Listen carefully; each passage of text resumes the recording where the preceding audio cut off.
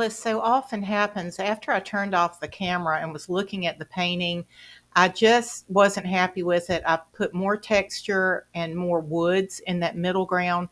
And then I got my palette knife out and started pulling some of the pink that was up in the clouds up into that foreground. And just, I'm getting to where I love using a palette knife. It's so loose, you can't really control it, or at least I can't at this point. But it's a fun way to get in some texture, some interesting colors. I'm pulling in some of the ultramarine from the mountains and the sky, using those same greens again, and just kind of repeating some of these same colors, getting some beautiful texture in the foreground. I think that really added a lot of interest.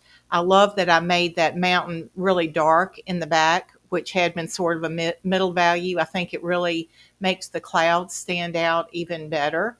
I wish you could see those clouds in person. They're very textural. The brush strokes in it are just beautiful. I used a lot of oil paint.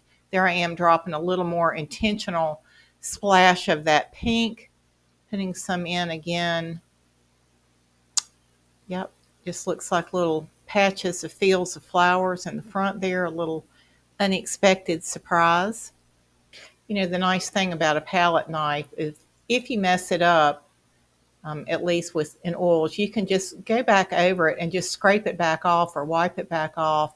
It's very forgiving, and it's really a lot of fun to play with and experiment and see what kind of looks you can get.